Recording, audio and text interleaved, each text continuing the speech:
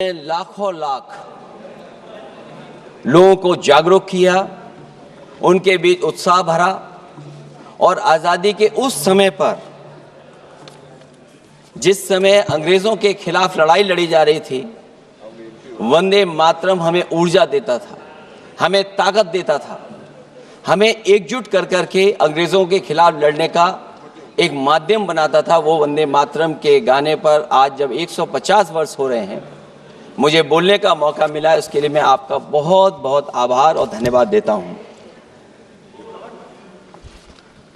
ये वंदे मातरम जिस तरह के हमारे पूर्व में कांग्रेस पार्टी के नेता गौरव गोगोई ने जो बात रखी, उस भावना से जुड़ता हुआ और वंदे मातरम की भावना से जुड़ता हुआ जिस समय कलकत्ता के कांग्रेस के अधिवेशन में रविन्द्रनाथ टैगोर जी ने गीत गाया, उसके बाद लोकप्रियता इसकी आम लोगों के बीच पहुंच गई। और जब कभी भी लोगों को अंग्रेजों के खिलाफ लड़ना होता था, तो यही वंदे मातरम का नारा दे करके लोगों को जोड़ने का काम करते थे। हमारा कोई भी आंदोलन रहा हो, स्वदेशी आंदोलन रहा हो, उसमें भी हम लोग इसी नारे के साथ चले। वंदे मातरम को लेकर के हम लोग इतना देश को एकजुट कर दिए कि अंग्रेज घबराने लगे। और जब अंग्रेज घबराने लगे तो जहां कहीं भी वो देखते थे कि ये नारा लग रहा है, वहां पर देशद्रोही का कानून लगाकर लोगों को जेल भेज देते। ये भी इतिहास है कि जिस समय बंगाल में बच्चों ने गाना गाया, इस गीत को अपने क्लासरूम में गाया, उस समय भी अंग्रेजों ने उनके खिलाफ मुकदमा लगा के उन्हें जेल भेजने का काम किया। ये वंदे मातरम अंग्रेजों ने बैन भी कर दिया। 1905 से लेकर के 1908 तक बैन कर दिया गया।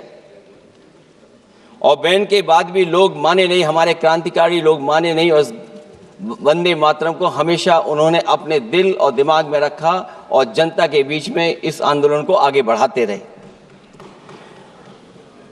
सभापति महोदय, जो हमारे सत्ता पक्ष के लोग हैं, वो हर चीज को ओन करना चाहते हैं। ये 150वें वर्ष में जब हम वंदे मातरम याद कर रहे हैं, बंकिम चंद्र चट्टोपाध्याय जी को हम याद कर रहे हैं कि उन्होंने इतना महान गीत हमें दिया है। सत्ता पक्ष के लोग समय समय पर हमें देखने को मिलता है कि जो महापुरुष उनके नहीं हैं या जो चीज उनकी अच्छी नहीं है, उनको वो ओन करना चाहते हैं। 150वें वर्ष वंदे मातरम, मैं अभी वो बात कहूंगा और मैं बात कहूंगा और हमारे मंत्री जी उसका जवाब देना। सभापति महोदय, क्योंकि ये बात ओन करने की आ रही, अपनाने की बात आ रही, तो मैं सभापति महोदय, मैं अपने सत्ता पक्ष के लोगों को याद दिलाना चाहता हूं। सत्ता पक्ष के लोगों की जो पार्टी आज है, भारतीय जनता पार्टी, जिस समय गठन हो रहा था, हमारे मुंबई और महाराष्ट्र के लोग जानते होंगे कि जिस समय गठन की चर्चा थी, उस समय आपके जो अध्यक्ष चुने गए थे, उनको जो भाषण देना है उस पर भी बहस चल रही थी। और बहस इस बात की थी कि भारतीय जनता पार्टी सेकुलर रास्ते पे जाएगी, सोशलिस्ट रास्ते पे जाएगी कि नहीं जाएगी। तमाम विरोध के बाद भी उस समय के उनके राष्ट्रीय अध्यक्ष जो चुने गए थे, उन्होंने वही रास्ता अपनाया अपने भाषण में। समाजवादी आंदोलन, समाजवादी विचारधारा और सेकुलर रास्ता अपनाया। और वही नहीं, जो उनका मंच था, उसमें जयप्रकाश जी की तस्वीर लगा करके भी उन्होंने लोगों को ये भ्रम फैलाने की कोशिश की कि जेपी के रास्ते पर भारतीय जनता पार्टी चलेगी। बताएं माननीय मंत्री जी, आप कितने सेकुलर हैं आज, कितने सोशलिस्ट हैं आज? अभी गौरव गोगोई जी ने ठीक कहा इंडिगो का हवाई जहाज उड़ नहीं रहे हैं, उड़ नहीं रहे कि उड़ाए नहीं जा रहे हैं? उड़ाए नहीं जा रहे। और क्या बात कही गई थी? हवाई चप्पल कि गरीब भी उसमें चल सकेगा। इसलिए सभापति महोदय, मैं बात दूसरी तरफ नहीं ले जाना चाहता हूं। वंदे मातरम सिर्फ गाने के लिए नहीं है, निभाने के लिए भी होना चाहिए। सभापति महोदय, आज हम आकलन करें, पीछे मुड़ करके देखें कि हम इस वंदे मातरम को कितना निभा रहे हैं। जिस वंदे मातरम ने आजादी के आंदोलन में सबको जोड़ा, आज के दरारवादी लोग उसी से देश को तोड़ना चाहते हैं। ऐसे लोगों ने, सभापति महोदय, ऐसे लोगों ने पहले भी देश के साथ दगा किया और आज भी कर रहे हैं। ये चर्चा तो जोड़ने का काम करेगी ना अखिलेश जी, क्योंकि आज वंदे मातरम की चर्चा, वही मैं कह रहा हूं, वंदे मातरम में जोड़ने का ही काम करेगी। वंदे मातरम कोई दिखावा नहीं है, ना ही राजनीति का विषय है। क्योंकि सभापति महोदय, हम जब ये इनके विचारों से, इनके भाषणों से जब बाहर सुनते हैं तो ऐसा लगता है कि वंदे मातरम इन्हीं का बनवाया हुआ गाना है। जिन्होंने, सभापति महोदय, जिन्होंने आजादी के आंदोलन में भाग ही नहीं लिया है, वो वंदे मातरम का महत्व क्या जानेंगे। सच तो ये है कि सरफरोश लोग वंदे मातरम दिल से बोलते थे। उन आजादी के दीवानों के खिलाफ कुछ लोग अंग्रेजों के लिए जासूसी और मुखबिरी का भी काम करते थे। दरअसल ये राष्ट्रवादी नहीं बल्कि राष्ट्र विवादी लोग हैं। जहां विवाद करना हो, कभी अंग्रेज विवाद कर करके, डिवाइड कर करके, डिवीजन कर करके राज किया करते थे। सभापति महोदय, आज भी वही रास्ता कुछ लोग अपना रहे हैं। वो डिवीजन का रास्ता अपना रहे हैं, डिवाइड का रास्ता अपना रहे हैं, दरारवादी रास्ता अपना रहे हैं। इनका इतिहास खंगाला जाए कि इन्होंने आजादी के पहले और आजादी के बाद वंदे मातरम क्यों नहीं गाया। ये सभापति महोदय, आज जब हम वंदे मातरम पे इतनी चर्चा कर रहे हैं, जिस भाव से हम लोग यहाँ बैठे हैं, कम से कम ये भी खंगाला जाए इतिहास में कि वंदे मातरम कुछ लोगों ने कब गाया। उन मुखबरों से ये सवाल पूछा जाए कि स्वतंत्रता के बाद भी उन्होंने अपना गीत क्यों बनाया। उनकी एक रंगी सोच ने तिरंगा क्यों नहीं फहराया।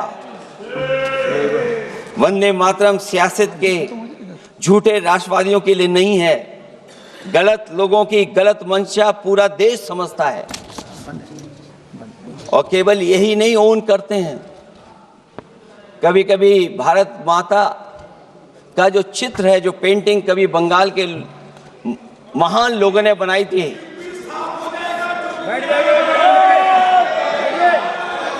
सभापति महोदय, इनको देख लीजिए और फिर बैठ जाओ। सभापति महोदय, राजभर जी आप बैठिए, आपके नेता। सभापति महोदय, वंदे मातरम का भाव ये भी था कि कम्युनल पॉलिटिक्स नहीं चलेगी और कम से कम हमारे उत्तर प्रदेश के साथियों ने कम्युनल पॉलिटिक्स को अंत किया है वहां पर जहां से कभी इन्होंने शुरू की थी। और सभापति महोदय, वंदे मातरम एक भाव के रूप में हमारे अंदर बसा है। चाहे उसके शब्द ना याद हों, चाहे अर्थ ना मालूम हो, चाहे पूरा याद ना हो, उस सच्चे भारतीय के अंदर देश प्रेम की भावना जगाने के लिए इसके दो शब्द ही काफी हैं। जो सच में देश की एकता और अखंडता चाहते हैं, जो भाईचारे को बुनियाद मानते हैं, उनके लिए दो शब्द भी पर्याप्त हैं जो इस वंदे मातरम से हमें मिलते हैं। सही बात है। दूसरा किस्सा सुना दो अध्यक्ष महोदय। सभापति महोदय, इनका इतिहास खंगाल लीजिए, पूरा निकाल लीजिए। चुनावी सभाओं में कभी बाबा साहब भीमराव अंबेडकर जी की तस्वीर ये लोग नहीं लगाते थे। ये बात अगर सही हो तो बता दो। और ये तस्वीर कब लगाना शुरू किए? इनका एक सहयोगी साथी संगठन, जिस समय समाजवादी पार्टी और बहुजन समाज पार्टी ने मिलकर के इन्हें उत्तर प्रदेश में हरा दिया था, उसी दिन के बाद से बाबा साहब भीमराव अंबेडकर की प्रतिमा और तस्वीर लगाने लगे।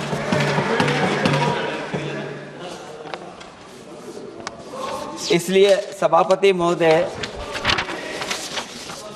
ये वंदे मातरम केवल गीत नहीं है, गीत के साथ साथ आज हमें ऊर्जा भी देता है। उस समय क्रांतिकारियों को ऊर्जा मिलती थी, एकजुटता का नारा था, हम साथ लेकर के चल रहे थे सबको, और देश के सभी लोगों ने जाति धर्म को भुला करके एक साथ मिलकर के वंदे मातरम के सहारे अंग्रेजों को भगाने का लगातार कोशिश की।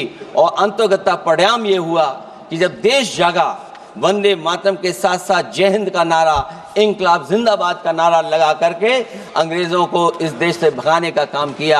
आज सभापति महोदय, जब हम चर्चा कर रहे हैं, हम कैसा देश बनाना चाहते थे और किस दिशा में हम लोग देश को ले जा रहे हैं। सभापति महोदय, मुझे अच्छा लगा कि प्रधानमंत्री जी ने वो बात याद दिलाई कि अंग्रेजों के ज़माने में अगर बच्चे भी वंदे मातरम गा देते थे तो उन्हें देशद्रोही के कानून से जेल भेज दिया जाता था।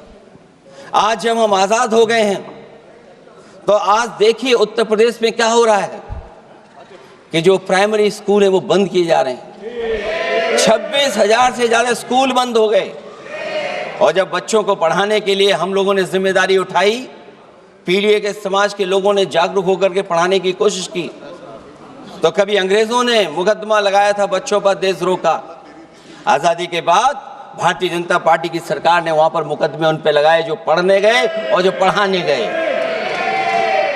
तो इसलिए वंदे मातरम का भाव जो था, उसी भाव से जुड़ करके हम सब मिल करके इस देश को और मजबूत करें। यही हमारी भावना है, यही हमारी सदस्यों की भावना है। जब हम 150वें वर्ष में याद कर रहे हैं तो वहीं हम ये याद करें कि जिस भावना से वंदे मातरम को हम लोगों ने देश के सामने गा गा करके अंग्रेजों को भगा दिया, ये देश कैसे मजबूत हो, एकजुट कैसे हो, बिना भेदभाव के, और संविधान से कैसे चलें, क्योंकि ये संविधान से ही मिला हुआ हमें गीत है। इसलिए इस गीत के माध्यम से हम किसी पर टिप्पणी और किसी पर थोपने की कोशिश न करें और न किसी पे दबाव बनाने की कोशिश करें। आपका सभापति जी का बहुत बहुत धन्यवाद।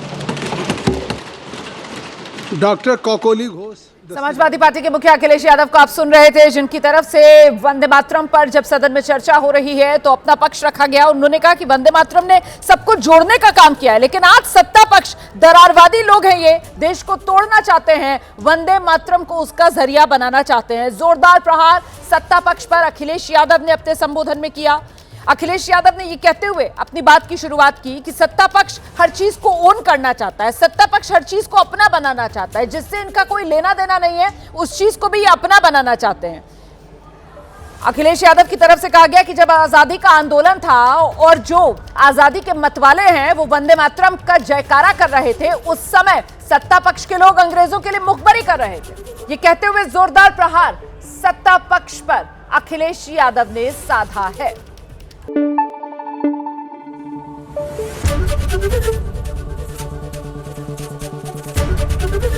एबीपी न्यूज आपको रखे आगे।